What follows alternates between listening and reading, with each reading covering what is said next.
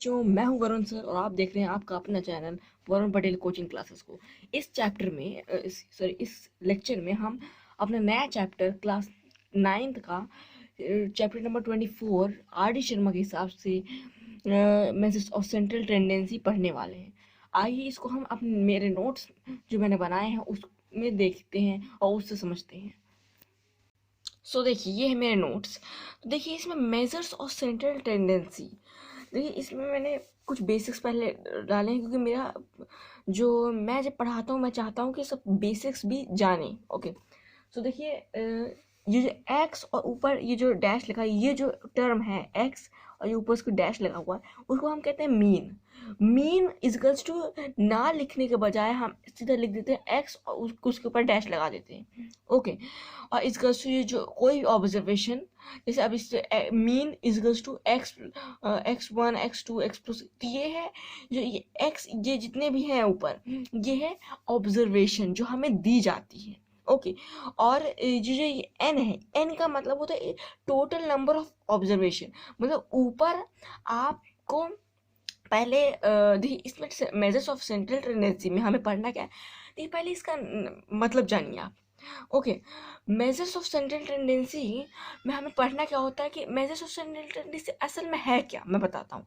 पहले के ज़माने में बहुत सारे मैथमेटिशियन एक ऑब्जर्वेशन को, किसी भी चीज़ का मीन निकालने के लिए, अब मैथमेटिशियन है तो साइंस का मीन तो निकालेंगे नहीं, मैथ का ही मीन निकाल एवरेज निकालने के लिए, सॉरी मीन नहीं, एवरेज निकालने के लिए। तो एवरेज निकालने के लिए उन्होंने बहुत सारी तकनीक निकाली, मतलब बहुत सारे मेथड्स लगाए कि, और बहुत सारे मेथड्स, क्योंकि आप सोच रहे हो कि एक ही मेथड से काम चल जाना चाहिए था ना। अब एवरेज निकालना है तो एक ही मेथड से काम चल जाना चाहिए था, बहुत सारे लगाने की क्या जरूरत है, क्योंकि वो अनसेटिस्फाई थे, उसके जो वैल्यू थी वो उसके अनसेटिस्फाई थे, मतलब उनको सेटिस्फाई नहीं थे वो कि इसके लिए, इसीलिए उस जो एवरेज से जो निकला है एक ऑब्जर्वेशन, किसी भी ऑब्जर्वेशन के जो एवरेज निकला है उससे अनसेटिस्फाई थे, उनसे वो खुश नहीं थी।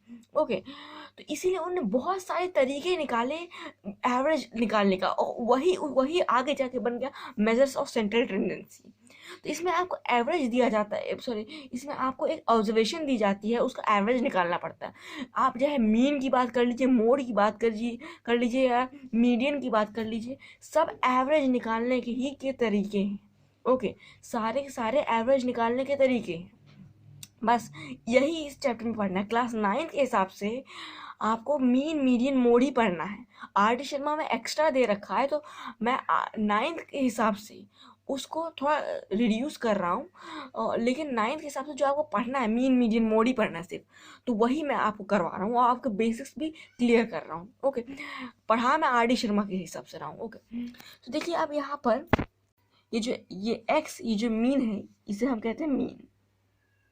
Mean is number of sum of all observation, sum of all observation, जो हमें ऑब्जर्वेशन दी गई है उसका सम कर दो सब, x1 x2 x3 ये सब, ठीक है। और n का मतलब होता है n is the total number of observation, और उसको डिवाइड कर दो टोटल नंबर ऑफ कितने ऑब्जर्वेशन, जैसे यहाँ पर देखो 5 ऑब्जर्वेशन है, 1 2 3 4 5, तो यहाँ पर नीचे 5 से भाग दे दो तो वो हो जाएगा। उसको जब इसका वैल्यू आएगी ये सब प्लस करके, फिर उसको डिवाइड कर दो 5 से, तब वो जो आएगा वो होता है जो आपको ऑब्जर्वेशन दी गई थी उसका मीन होगा वो। ओके, देखिए ये x, ये जितने भी x1 x2 x3 x4 x5, ये सब क्या है, एलिमेंट्स ऑफ ऑब्जर्वेशन है। क्या है ये, एलिमेंट्स ऑफ ऑब्जर्वेशन के एलिमेंट्स है ये।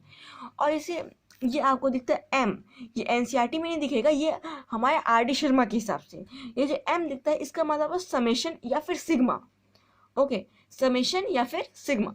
देखिए अब आगे बढ़ते हैं हम मेजर्स ऑफ सेंट्रल टेंडेंसी। अब इसका कुछ और ये तो मैंने आपको मीन का बेसिक्स समझा दिया, ये मीन का बेसिक्स है कि इसको एलिमेंट्स ऑफ ऑब्जर्वेशन कहते हैं। अगर ये m है, m भी इस्तेमाल होता है। अब मान लीजिए आपको 100 ऑब्जर्वेशन दे दी, अब 100 ऑब्जर्वेशन दे दी तो अब 100 थोड़ी लिखेंगे कि 1 प्लस ये, अब पूरा 100 थोड़ी ना लेंगे, तो उसमें हम सिग्मा और समेशन का इस साइन का इस्तेमाल करते हैं। अब इसमें तो छोटी 5 ही दे रखी है तो 5 में कर लिए, लेकिन अब वो 100 है तो अब 100 थोड़े लिखने जाएंगे, तो इसीलिए उसमें समेशन और सिग्मा मतलब इस साइन का इस उपयोग किया जाता है। ओके, अगर ऐसा सवाल आएगा, वैसे इस समय 9th में ये वाला ऐसा इसको इस्तेमाल करने का कोई सवाल ही नहीं है आपके में। ओके, अगर आएगा तो मैं आपको बताऊंगा जरूर। ओके, सो चलिए आगे बढ़ते हैं। अब इसके और कुछ बेसिक्स देख लेते हैं। मेजर्स देखिए क्या चैप्टर का क्या नाम है, मेजर्स ऑफ सेंट्रल टेंडेंसी, तो अब वही देख रहे हैं मेजर्स ऑफ सेंट्रल टेंडेंसी, कुछ बेसिक्स और क्या है।